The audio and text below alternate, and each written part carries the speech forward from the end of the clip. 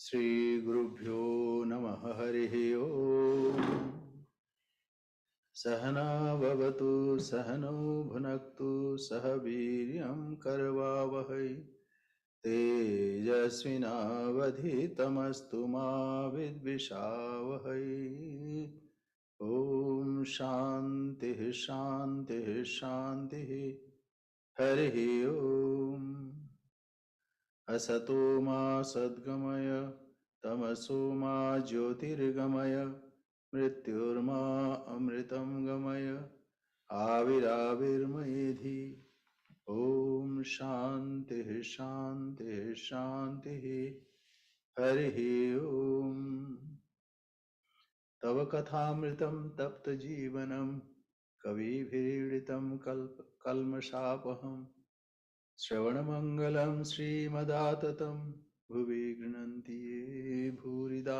Janaha May we be protected, may we be nourished, may we strive with energy and vigor, may our study be enlightening and not give rise to hostility. Om peace, peace, peace. Lead us to truth and not to untruth, lead us to enlightenment and not ignorance. Lead us to immortality and not death. Let the self-manifest Atman grow in me. Om peace, peace, peace. Your nectar-like words and warm and inspiring life stories, eulogized by learned sages, are indeed eradicator of shoots of knowledge, ignorance. These are auspicious to hear and propitious to inculcate in one's own life.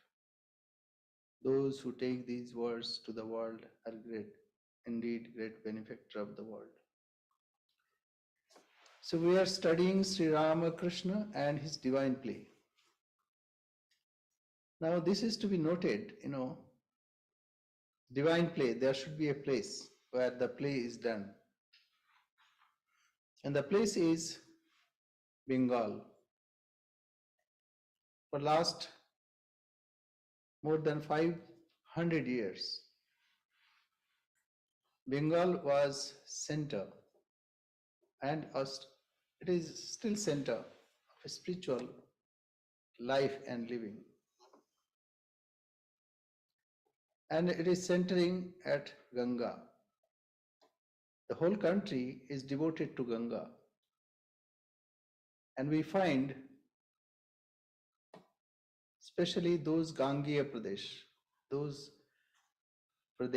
that means those places where Ganga flowed. Nearby, all the incarnations came. Rama, Krishna, Buddha, Chaitanya, all were around that place. And lately it was Bengal. And not only this time, but as I said before, say about more than 500 years, it is Bengal which is center. Of course, Bengal had to give its vitality also for that. Swami Vivekananda once told that it is like a warrior, a great warrior, and it is supported by lots of other warriors. So, great incarnation also takes away the vitality of the nation. So that's why we find Bengal is suffering now. Because of partition, because of poverty, but still, and then there was some alien thought process also. But anyway, what reminds this place, this is also near Ganga, and this Ganga, Panihati is not far away from Dakshineshwar, about 5-6 miles up Ganga, where Nityananda Mahaprabhu came, and also Raghunath Goswami. So this is a great place and place of pilgrimage. So yes, uh, this these are incidents. So we'll go ahead. Yes.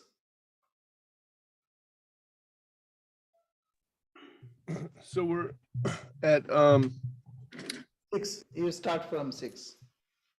Page 856. That festival at Panihati. So Sri Ramakrishna is preparing to go there. oh, the master decides to attend the festival? Okay. The master decides to attend the festival. We have mentioned elsewhere that the master had attended the great festival of Panihati many times, but for many reasons he had not gone there for several years, not since the arrival of his English-educated devotees. He expressed a desire to attend the festival this year, 1885, with his devotees, telling us, "Many kirtan singers come there on that day and open a fair of bliss, a mart of Hari's name. You belong to the group of young Bengal. You have never seen such an affair. Let us go and see the festival." Ramchandra Datta and some devotees were excited by the master's proposal, but others were concerned about the master's painful throat and tried to discourage him. To pacify them, he said, "I shall eat a little lunch early and will stay at the fair only a couple of hours. It won't do much harm. Excessive bhava samadhi may increase the pain in my throat, but I shall try to control myself in that respect." With these words, he eliminated all objections, and the devotees began to arrange for his trip to Panihati. You see here, Mart of Joy. It is a supermarket or it's a mall. Supermarket of joy. Like Fred Meyer? Yeah. Fred Meyer is small. Big malls are there. So this is one of the biggest malls. Yes. 7. Arrangements before the departure. At 9 a.m. on the 13th day of the bright fortnight, the day of the Panihati festival, about 25 Calcutta devotees rented 2 boats and came to Dakshineshwar. Some other devotees came on foot. A separate boat had been rented for the master and was anchored at the Ghat. Some women devotees came early in the morning to help the Holy Mother prepare a meal for the master and the devotees. Everyone finished eating by 10 a.m. and prepared to leave. 8. Right. The Holy Mother decides not to go. When the master had eaten, the Holy Mother requested a woman devotee to ask him if she should accompany them. The master told her, "Well, you're all going. She may go if she wishes." When the Holy Mother heard this, she said, "Many devotees are going with the master. It will be overcrowded and it will be difficult for me to get off the boat and to visit the festival. I shall not go." Giving up the idea of accompanying them, the Holy Mother fed 2 or 3 women devotees who were to accompany the master and asked them to go in the same boat with him. Yeah, later Sri Ramakrishna praised Holy Mother. See how wise she is.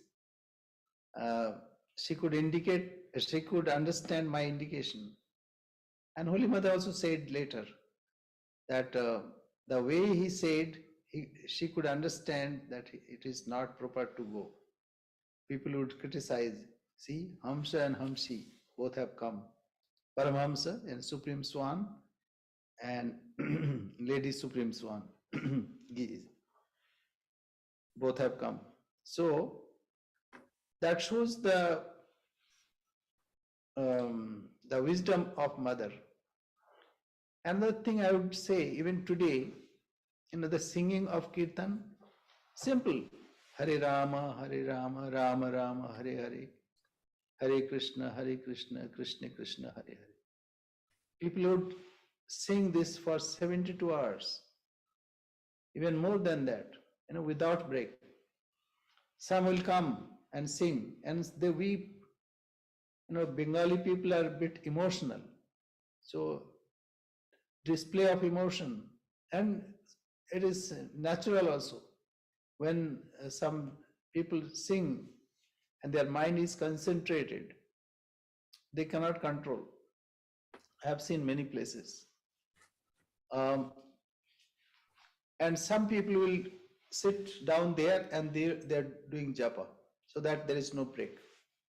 So this is a special festival of Bengal, but here this is a different one. We'll see how it opens up. Yes. 9. The scene at the festival. After reaching Panihati about noon, we saw that many people were gathered around a peepal tree on the Ganges. The Vaishnava devotees were enjoying kirtan in different places, but it seemed to us that most of them were not truly absorbed in the glory of God's name. Something was missing, and the atmosphere seemed lifeless. Before we left Dakshineshwar and after arriving at Panihati, Narendra, Balaram, Girish, Ramchandra, Mahendra, and the other main devotees had implored the master not to join any kirtan party and not to get overexcited. If he became deeply involved in kirtan, he would definitely go into ecstasy, and that would make his throat more painful. 10. Mani Sen's house. After disembarking, the master went straight to Mani Sen's house. All the members of Mani's household were delighted to have the master in their home. They bowed down to him and took him to their parlor. The room was decorated in the English fashion with tables, chairs, sofas, and carpets. The master rested there for 10 or 15 minutes and then went with the devotees to make obeisance to Lord Radhakanta in Mani Sen's family temple.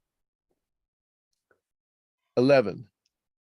Mani Sen's family temple. The parlor was very close to the temple. We went through a side door to the Nat Mandir adjacent to the temple to see the beautiful images of Radha and Krishna. After gazing upon the deities for a while, the master went into a semi-ecstatic state and bowed down. 6 or 7 steps down from the Nat Mandir is the quadrangular temple courtyard, which has suites of rooms surrounding it. The location of the main gate to the household is situated in such a way that as soon as one enters, one sees the deities. As the master was bowing down, a kirtan party entered the courtyard through the gate and began singing. It seemed that all kirtan parties first sang in front of the deities at this temple, then proceeded to the fairground on the bank of the Ganges.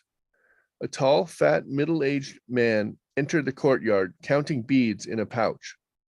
The man had a fair complexion, wore a sacred thread, had a tuft of hair on his head, and was adorned with holy Vaishnava marks all over his body. He had a chadar thrown over his shoulder, wore an elegant borderless cloth that was folded neatly, and carried a bunch of coins in the fold of his waistcloth. He appeared to be a distinguished Goswami who had adorned himself and come to the fair to make some money. He immediately joined the kirtan party and began to dance and shout in an apparently ecstatic state, attempting to excite the party and perhaps charm the audience with his greatness. All kinds of things are there. Okay, go ahead. 12. The master dances in ecstasy. After making obeisance to the deities, the master stood to one side of the Nat Mandir, listening to the kirtan. Seeing the Goswami's fancy and fastidious dress and his pretense of ecstasy, the master smiled a little, and whispered to Narendra and the nearby devotees, "Look, what a fake." His lighthearted remark made the others smile as well and reassured them that he had his ecstatic mood under perfect control. But the very next moment, before any of them could react, he swiftly bounded down into the midst of the kirtan party and lost external consciousness in samadhi. The devotees hurriedly got down from the Nat Mandir and encircled the master. He regained partial consciousness and began to dance as powerfully as a lion, and again lost outer consciousness and stood still. He went in and out of samadhi like this for some time. As he danced his ecstatic dance, he moved rapidly and rhythmically forward and backward, as if he were a fish joyfully swimming and moving in a sea of bliss. So here we can see the fake and real. It is very important, if there is no contrast, we cannot understand. And also the devotees of Sri Ramakrishna, they also realized what is the difference. So, in this world, everything is mixed up. Chinite balite mishe ache. It is mixture of sugar and sand. So we have to find out sugar and discard the sand. So anyway, this is this is the special feature of Leela, divine play. How it is contrasted, how he say like a painter, some stroke backside, and then the figure comes out, as it were. So it is like this. Okay, go ahead. It is impossible to describe how this emotion manifested itself in every limb of his body, revealing strength blended with an extraordinary softness and sweetness and an unbounded bliss. We have seen many men and women dance enchantingly with various gestures, but we have never seen before such beauty mixed with gentleness and strength as was manifested in the master when he danced exuberantly, lost in ecstasy. Overflowing with ecstatic bliss, his body would swing and move as though it were not made of any hard stuff such as bones. Rather, it was as if a tidal wave had arisen from the ocean of bliss and were vigorously sweeping away everything before it, and would again become liquid and disappear from sight. Everyone present realized the difference between the genuine ecstasy and the pretense. Without another glance at the Goswami, the kirtan party encircled the master and began to sing, its zeal and joy magnified 100-fold. Yeah, many people, when they saw Sri Ramakrishna in that ecstatic state, they were charmed how he danced, how he sang. Even Nandalal Bose imagined and painted, sketch how he was merged in that bhava and how he would dance. Nandalal Bose was a famous painter. Yes, go ahead. On the way to Pandit Raghav's house, after about half an hour, the master began to come back to himself, and the devotees tried to remove him from the kirtan party. Before returning to our boats, we decided to visit the nearby house of Pandit Raghav, a disciple of Chaitanya who had daily worshipped the images of Radha and Krishna and the Shalagrama, the stone image of Vishnu. The master agreed to this plan and left Mani Sen's temple with the devotees. But the kirtan party would not give up the master's company so easily. They followed him, enthusiastically singing of God's glory. The master took a few steps and then became still in ecstasy. When he regained partial consciousness, the devotees asked him to move forward. He took another few steps and again went into samadhi. This happened repeatedly, and their progress was very slow. Yeah, go ahead. The master's extraordinary beauty in ecstasy. We do not remember ever having seen the master display such a luminous beauty in samadhi as he did that day.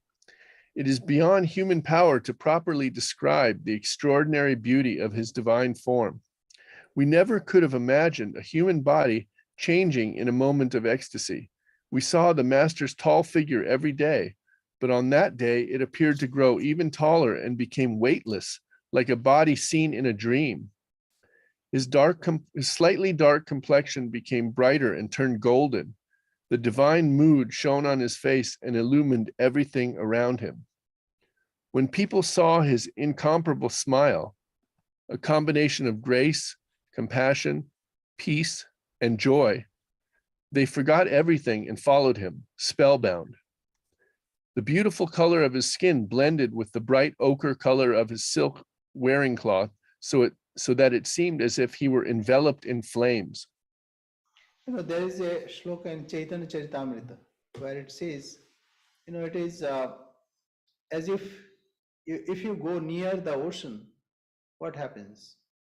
You'll hear the sound, the roaring sound of the ocean. And also the breeze, cool breeze also will come. And it is said that the water will evaporate, become cloud, and will rain. So, such a God-man, the divine incarnation, when he comes to a stage, all gets inspired. All get inspired.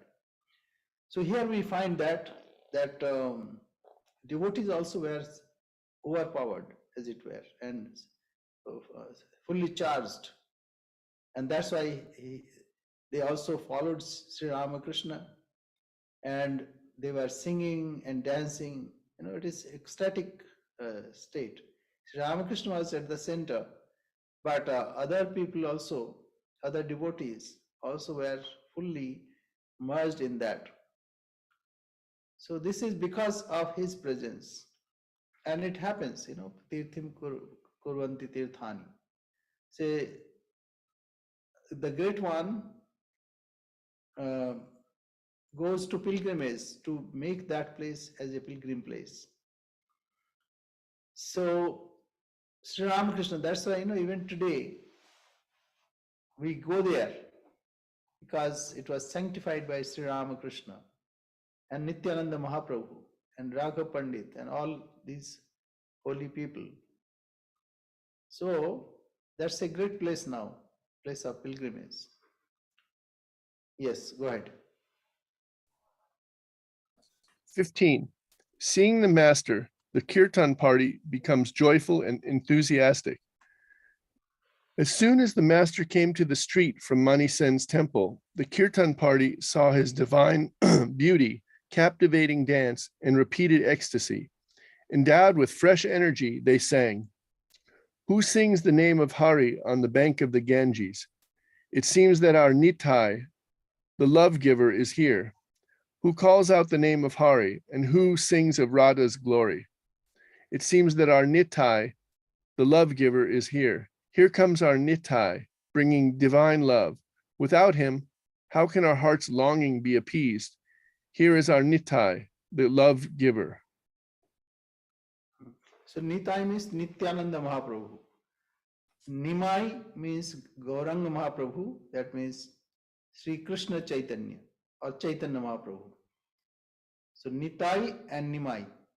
Nimai because he was born under a neem tree, so that is why people used to call Nimai. That was one cause. His mother gave the name. His original name was discussed by his father. His mom was so terrified that he said, "I would call her, call him Nimai." Born below his name was Vishwambhar. Mishra. Vishwambhar, and his elder brother also left. He became a sannyasin, so he left the house. So everybody was, and also before that, his other few children, that means his siblings died. So that's why that is another reason why the name was given. That is neem. The Yama will not touch him because it's bitter. Bitter.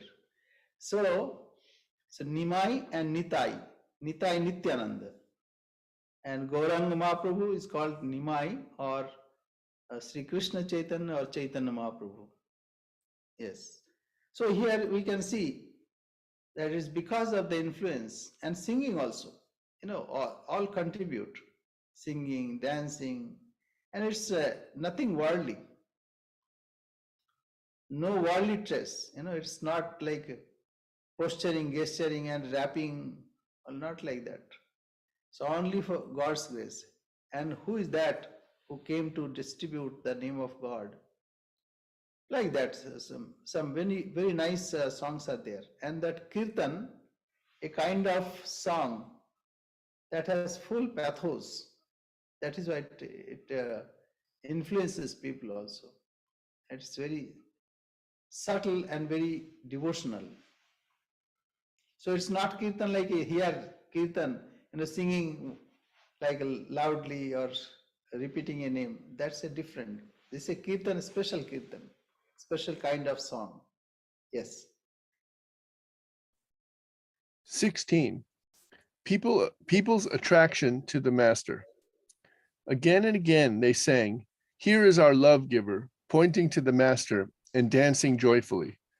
The enthusiastic kirtan party drew the attention of the crowd at the festival ground and attracted them to the master.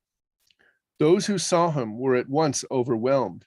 They either joined the kirtan joyfully or were dazed by an inexpressible divine feeling in their hearts and silently followed the master, looking at him with a steadfast gaze.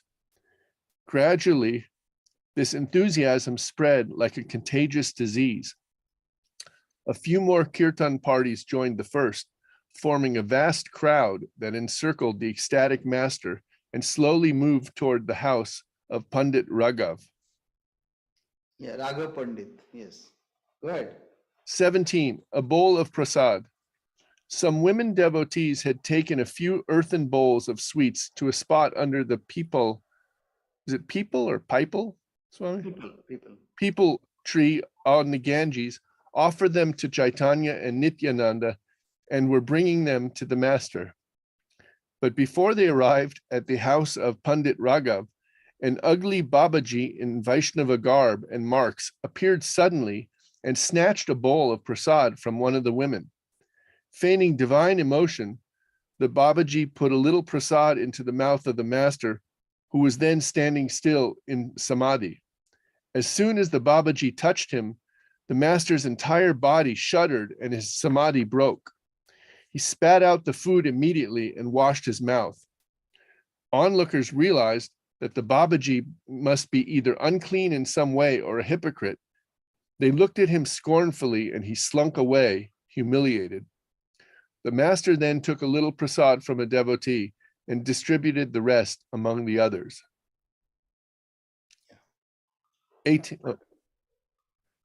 18. The master returns to the boat and bestows grace on Nava Chaitanya. The group finally reached Pandit Raghav's house after taking almost 3 hours to cross the distance of half a mile. The master entered the temple and bowed down, touching the deities, then rested for a while. He spent half an hour there. The large crowd gradually dispersed and the devotees escorted the master to the boat. But after another wonderful incident, but here another wonderful incident took place. Nava Chaitanya Mitra of Konagar had heard about the master's presence at the festival and had been desperately searching for him. He finally found the master in the boat, which was about to leave. He ran in wild haste and, throwing himself at the master's feet, wept and begged, "Bestow your grace on me." When the master saw Nava Chaitanya's longing and devotion, he went into ecstasy and touched him.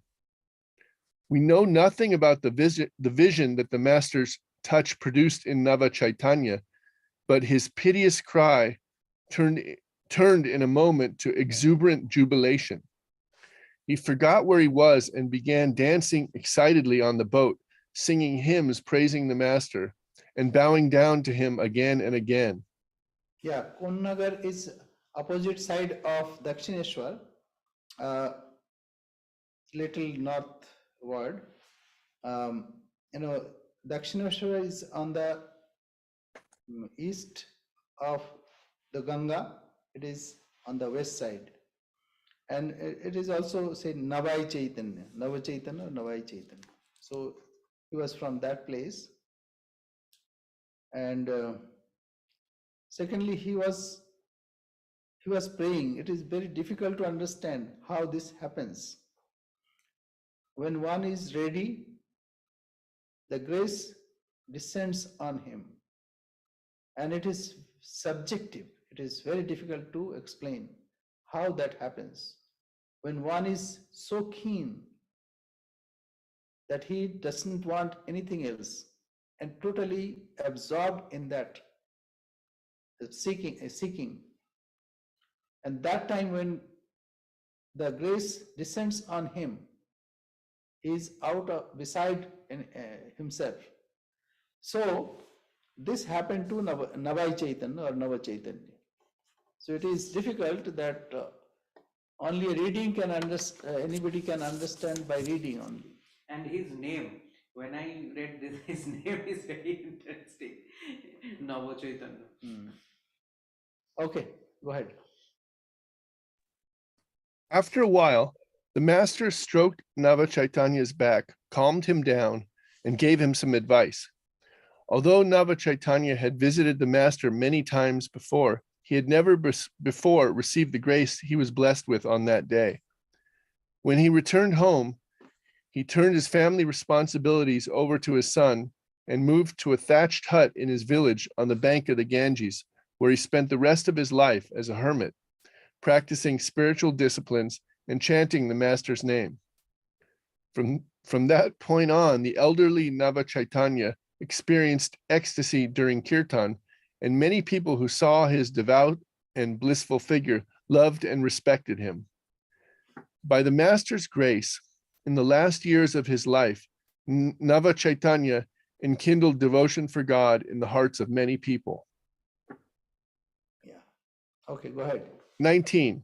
The master arrives in Dakshineshwar, what he says to a disciple who is about to leave. After Nava Chaitanya took his leave, the master asked that the boat take off. We had not gone very far when dusk descended, and we reached the Dakshineshwar temple garden at about 8:30 p.m. The master sat in his room, and his devotees bowed down and took their leave of him before returning to Calcutta. As everyone was boarding the boat, a young disciple remembered that he had forgotten his shoes, so he ran back to the master's room to get them. When the master saw him and learned why he had returned, he said jokingly, It's fortunate that you remembered your shoes before the boat took off. Otherwise, the fun and joy of today's festival would have been spoiled. The young disciple smiled at his comment, bowed down to him again, and was about to leave when the master asked, How did you enjoy the day? It was a veritable fair of Hari's name, wasn't it? The disciple agreed. The master then mentioned the names of those devotees who had spiritual experiences at the festival and praised Junior Naren, remarking, That dark-complexioned boy has been visiting this place for a short time, but already he's having ecstasies. The other day, his ecstasy was hard to stop. He had no outer consciousness of his surroundings for more than an hour. He says that nowadays his mind merges into the formless God. He's a good boy, isn't he? Please go to his house one day and talk to him, will you? The young disciple agreed at first, but then he said, But sir, I like no one as well as I do Senior Naren, Vivekananda, so I don't feel like visiting Junior Naren. The master scolded him, saying, You brat, you're very one-sided. This is a sign of small-mindedness. Just as a tray of flowers offered to the Lord contains various kinds of blooms, so he has all kinds of devotees. It's a sign of narrowness when one can't enjoy mixing with everyone. You must visit Junior Naren one day, won't you? The disciple promised to visit him and left after saluting the master. The boat reached Calcutta at about 10 p.m. This young disciple followed the master's advice and a few days later went to visit Junior Naren. As they talked, the young disciple was blessed with the answer to a serious and complicated problem in his life. See, two practical suggestions. One is we should not forget our essential things, like useful things. Otherwise, we spoil our, spiritual experiences. And the second one is to mix with other devotees also. devotees have various hues and colors, we can say, or various aspects. Therefore, we should mix with all devotees, not to uh, like reject some devotees and prefer some devotees. All are devotees of God. So this is a great teaching of Sri Ramakrishna. So these are practical, and that way what happens in course of time, we understand the importance. The importance is understood in course of time. So therefore, this we are to note. Yes. Go ahead. 20. During supper, the master speaks to a woman devotee about the Holy Mother. That night, the women devotees stayed with the Holy Mother. They knew that the next day there would be a great celebration at the Kali temple and decided to return to Calcutta after seeing it. The celebration was held every year on Snanayatra in connection with the installation ceremony of the Divine Mother. While having his supper that night, the master told one of these women about the Panihati festival. What a crowd! And everyone was watching me because of my bhava samadhi. She, the Holy Mother, made the correct decision not to go with us. If people had seen her with me, they would have remarked, a pair of swans has come. She is extremely intelligent. He continued commenting on the Holy Mother's extraordinary intelligence. When a Marwari devotee offered me 10,000 rupees, I felt as if someone had taken a saw to my head. I prayed, Mother, after such a long time, you tempt me again? In order to test her, the Holy Mother's mind, I called her in and said, look, this devotee wants to give me this money. As I refuse to accept it, he wants to give it to you. To you, why don't you take it? She immediately replied, how could this be possible? No, the money shouldn't be accepted. My acceptance would be as good as yours. If I took it, I'd certainly spend it to serve you and buy things you need. You would therefore be the virtual owner of it. People love and respect you for your renunciation. For that reason, this money can by no means be accepted. I heaved a sigh of relief at her words. So that was that test posed to Mother Sri Sharda Devi. And Snana Yatra, what is Snana Yatra? So that day, the Kali temple was inaugurated or consecrated. Jagannath Mahaprabhu is bathed on that day, and now Sri Ramakrishna also, the bathing of Sri Ramakrishna, the statue of the image of Sri Ramakrishna is bathed on this day. So that's a very holy day, and that is why that day the lots of festivities goes on. And Swami Virajananji also was born on that day, Snana Yatra. So here Sri Ramakrishna tested Mother, and Mother came up with flying colors. Yes. 21. What the Holy Mother said on the subject. When the master finished his supper, the women devotees returned to the Nahabat and reported to the Holy Mother what he had said about her. The Holy Mother said, from the way he gave me permission this morning, I immediately realized that he wasn't giving it wholeheartedly. If he were, he would have said, yes, of course she may go. Instead, he left the matter for me to decide by saying, she may go if she wishes. I then decided that I'd better give up the idea of going. See, it's not simple. It's very difficult. Sometimes we have desires and we take that pretext that why not? When he said this, okay, let me go. But Holy Mother was not like that. And Sri Ramakrishna would say hamsho hamshi. That means the male and female swans. So Yes, and later mother also said, when it was mentioned to her, that Sri Ramakrishna, the incarnation of Sri Ramakrishna was for harmony of religions. Then mother said, why so? It is because of his renunciation that people honor. Such renunciation is difficult to find, an extraordinary renunciation. That was the central character of Sri Ramakrishna. Yes, go ahead. 22.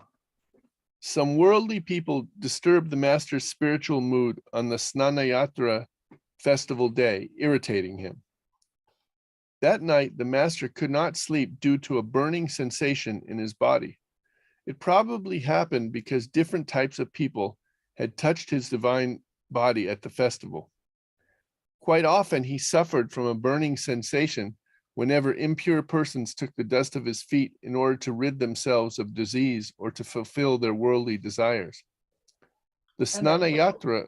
Also, because of the bhava, that's what I think. Because of bhava, that body cannot retain that pressure.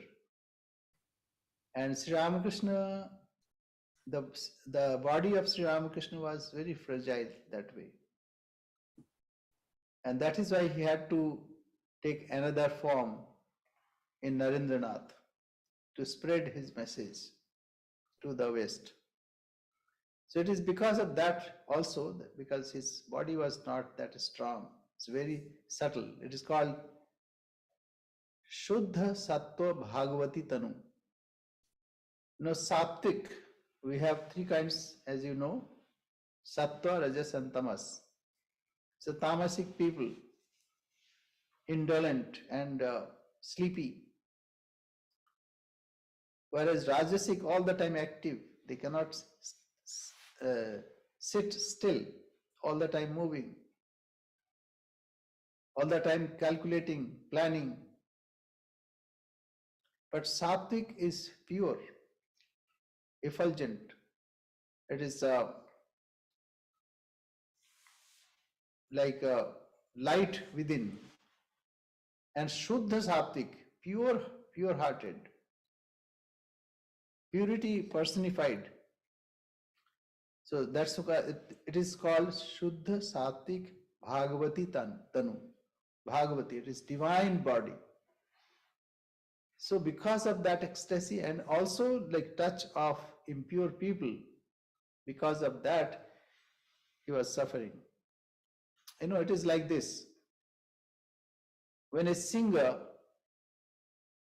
sings, even a little of difference in tala or in the instrument goes wrong, like when Ravi Shankar used to play, in between he used to tune his sitar. It's because they cannot stand, little out of tune. So when impure people touches divine body, they also have like they suffer. So that's what it happened that day. Yes. Yes, go ahead. Okay. Oh, oops, Swami, something happened to my okay. On the iPad thing. The Snanayatra celebration was held. It just moved. The Snanayatra celebration was held. Okay. But I think it switched chapters accidentally. So let me. Okay, sorry. Here we go. Okay, gotcha. The Snanayatra celebration was held the day after the Panihati festival. We were not present at Dakshineshwar on that occasion, but the women devotees told us that many men and women visited the master that day. A's mother was among them. She pestered the master to solve a problem involving her wealth and her estate, disturbing his blissful mood. As he ate lunch at noon that day, the master saw her seated nearby. He was so disgusted that he did not talk and could not eat as well as he usually did. When he went to wash his mouth after lunch, one of the women devotees we knew carried water for him. He told her privately, "People come here to get love and devotion for God. Please tell me, how can I settle that woman's worldly affairs?" To fulfill her desires, the woman brought expensive mangoes and various sweets, and I couldn't put even a bit of it into my mouth. Today is Snanayatra. On this day in years past, I've had Bhava Samadhi so often that its intoxication continued for 2 or 3 days, but today I've experienced nothing. That high spiritual mood couldn't come because of the vibrations of these worldly people. As A's mother stayed at Dakshineshwar that night, the master's irritation continued throughout the night. During supper, he told a woman devotee, "It is not good that so many women are crowded here. Trilokya, Mathur's son, is here. What will he think of this? It's all right if 1 or 2 come occasionally and stay a day or 2, but now there's a crowd of women. I can't abide such a rush of women." The women devotees thought that they had caused the master's annoyance, so at daybreak they sadly returned to Calcutta. The Snanayatra festival was celebrated with great pomp in the Kali temple with special worship and a performance of drama, but those women devotees could not enjoy it for the reasons given above. For this event, the reader will understand to some extent how watchful the master was regarding day-to-day affairs and how he admonished and guided his devotees for their welfare, even though he lived on a higher plane of consciousness at all times. Yeah, so very nice, this chapter. Yeah, we can go ahead. Yeah, just we can read the first. Chapter 11. The master moves to Calcutta. The master's throat pain increases after the Panihati trip, the childlike master's response. After the master took part in the Panihati festival, his throat pain increased. On the day of the festival, there had been intermittent showers.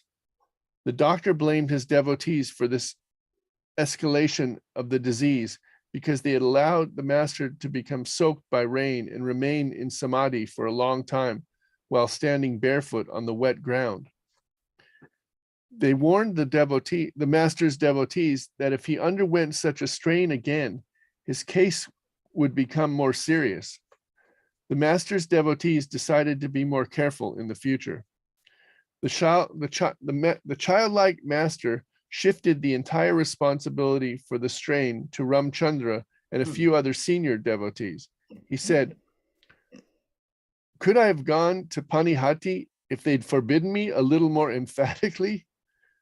Although Ram did not practice medicine, he had studied at Campbell Medical School and obtained a diploma in medicine. Because of his love for the Vaishnava faith, Ram had encouraged the master to attend the Panihati festival. He was therefore mainly to blame for the situation. And this is another childlike nature of the master. He wanted, that is why. That is why the event even happened. Yeah, this event happened and we are enjoying this today. So it is master's childlike nature, yes. Of course, that is also, we can say, that can be attributed to Ram, but anyway. Yes, go ahead. One day during this period, a friend of ours went to Dakshineshwar and found the master seated silently on the small cot in his room, applying ointment to his throat. One friend told us, "I saw that the master's face was as sullen as that of a boy who had been punished by confinement to one place and forbidden to do anything. I bowed down to him and asked, 'What has happened?' Pointing to the ointment on his throat, he replied in a low voice, 'Look, the pain is increased, and the doctor has forbidden me to speak much.' I said, 'Sir, I heard that you went to Panihati the other day. That may be the reason for the aggravation.' As piqued as a child, he said, 'Yes, it's true. Look, it was a rainy day and the road was muddy. There was water above and water below. Ram took me there and made me dance the entire day. He's a doctor with a degree. Would I have gone there if he'd strongly forbidden me? I said, indeed, sir, Ram was quite wrong. Anyway, what's done is done. Now be careful for a few days and you will be cured. Pleased, he said. But is it possible to remain completely silent? Look, you've come from such a distance. Is it possible for me not to say a few words to you? I replied, I get joy from seeing you. It's all right if you don't talk. We won't mind at all. Please get well. Then we shall hear many things from you. But who listens to me? Forgetting the doctor's advice and his own pain, he began to talk to me as usual. Yeah, and see, like devotees also make or made Sri Ramakrishna talk. Like all this talk was possible because devotee came, and you know, this is the difference between Indian and Western devotees. So when Nivedita went to see Swami Vivekananda, she was extra cautious that not to disturb him. But we Indian, we go and we ask, how are you, sir? How are you feeling? And this and that, unnecessary talks. So that is also our mistake. And Sri Ramakrishna also wanted to say something to devotees to give him some instructions or encourage him. Yeah, go ahead. Despite his sore throat, the master disobeys the doctor and continues to instruct people. The month of Ashad, mid-June to mid-July, passed. The master had been under treatment for over a month, but his throat pain was not going away. He had moderate pain all the time, but his pain increased during the days of the full moon, the new moon, and Ekadashi, the 11th day of each fortnight. At those times, it was almost impossible for him to swallow any solid food or vegetables. So on those days, he ate only milk and rice or farina pudding. The doctors who examined him diagnosed his condition as clergyman's sore throat, meaning that the cause of his pain was excessive use of his vocal cords caused by giving spiritual advice to people day and night. Such a disease affecting preachers has been recorded in medical journals. After they had diagnosed the disease, his doctors prescribed medicine and diet and gave other instructions. The master followed their injunctions faithfully, except on 2 points. He was unable to control his samadhi because of his intense love for God, and he could not curtail his speaking because of his limitless compassion for suffering human beings. Whenever there was any talk of God, he would lose body consciousness and go into samadhi as he always did. And when ignorant and grief-stricken people came to him for spiritual guidance and peace, he was overwhelmed with compassion and blessed them with spiritual advice as usual. Yeah, like once it was asked Mother, you are suffering and still you bless people and you take their bad karma. And then Mother replied, we did not come to eat rasgulla only, that means sweet meat. So an incarnation comes for a purpose, a mission that he has to fulfill. So he cannot control himself. Because of that, he incarnated. And also like love of God, that ecstatic love would take him to that height of absorption, samadhi. So how could he control himself? And all these are not good for his, for his treatment, disease.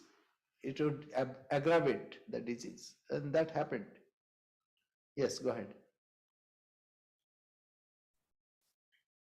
3. The master's illness is due to his excessive exertion in instructing many people, his lack of sleep in Mahabhava, and so on. Many spiritual seekers visited the master at this time. In addition to his regular devotees, 6 or 7 new people, or even more, were coming to the master each day for spiritual instruction. This had happened every day since shortly after Keshav arrived at Dakshineshwar in 1875. The master's regular hours for bathing, eating, and resting were greatly interrupted throughout the last 11 years that he taught people. In addition, his Mahabhava allowed him very little sleep. Whenever we stayed at Dakshineshwar, we saw how he would go to bed at 11 p.m., but get up after a short while to pace in his room in ecstasy. Sometimes he would open the western or the northern door and go out. At other times, he would quietly lie in bed, wide awake. And although he got up 3 or 4 times at night, he would arise promptly at 4 a.m. to meditate and chant God's name. At dawn, he would call us to get up. So it is not surprising that his body was exhausted because of sleeplessness at night and excessive labor in instructing many people during the day. Yeah, like in the beginning, less people came, but later many devotees came for instructions. And his mind was always would dwell on the high state. Therefore, naturally, he could not have enough sleep to recuperate. So naturally, it affected his body. Yes. I think we can rest now. Yes, time is up. So we can stop here.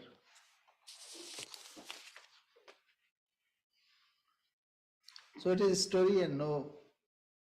Is there any question? I had a question. Okay, go ahead. So we are waiting for your question. Yes. So how can we remember God even while doing the worldly duties? Leading? Even while doing the duties. Okay. You see, some synchronize with their breathing, like inhaling and exhaling. And another thing, inhaling, like when you are initiated, later you'll have initiation, then Guru will give a mantra. So while inhaling and exhaling, it becomes automated. So that way you can do.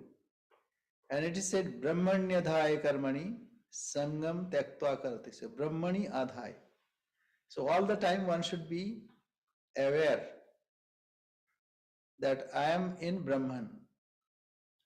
So suppose we are talking, we are reading. Think that I am reading the life of God. And whatever we are doing, say in office, I am doing His service. I am not serving any ordinary people. I am doing God's work. And God has given this job. So I must perform this. So this way, it is a continuous process. It is not easy to talk. Rather, this is to be practiced. In course of time, it will happen. So all the time, one portion of mind is to be drawn within. You know, it is like this. Suppose you have toothache or you have backache. So what happens? You are talking to people, but tooth is aching. So you will be reminded toothache all the time. Similarly, one can be, anchored in oneself and then work. So either way, either you can, it's called ajapa japa. Ajapa japa means no need of japa. Even when one is sleeping, that time also one continues that japa. So it is for very extraordinary people. But suppose you cannot. So it is said, asupte ramrite kalam nait vedanta chintaya. Till you get the sleep or one is dead. Before that death, one should think of the gist of Vedanta. What is the essence of Vedanta? So this is the way one should be anchored in oneself, or the rhythmic inhaling or exhaling. So even, it's if you practice, you cannot do without that. Such is the practice. Willy-nilly, it will continue. When you don't do, then you'll feel that, oh, I am not living as it were, like you'll feel very bad. So this is, very good question, a very nice question. So try to get initiated, and then and practice this, or even Om or Rama. You can, that also can be practiced, but when a mantra is received, you can do that. That will give you joy and peace and tranquility, whatever that. Then you'll feel that I am anchored in the self. Right? Very good. Thank you. Thank you. Om Purnamada Purnamidam Purnat Purnamudachyate Purnasya Purnamadaya Purnamivavashishyate. Om Shanti Shanti Shanti. Harihi Om Tatsat. Sri Ramakrishna Arpanamastu. Even you see like this. In the beginning we should remember God. At the end also we remember God. And whenever it is possible, in between also remember God. So this way, another thing, what God said, Yat karoshi, yadashnashi, yat juhoshi, tadasi yat, yat tapaswasi, kaunteya, tat kurushya madarpanam. So whatever you are doing, eating or donating or offering something, so do all those things, but offer that to me. Then what will happen? Shubha Shubha. So whatever phala, Shubha Shubha phala irevam, that will be connected with me. It is like earthing. If you are earthed, then no lightning can affect you. So earthing is important. So it is like Brahmanyadhaya karmani, sangam tyaktva karoti yaha, lipyate na sapapena, padma patra vimambhasa. It's like water on a lotus leaf. When it drops, it falls off. It is not tainted. So similarly, when one is anchored in self or in God, then nothing can affect him.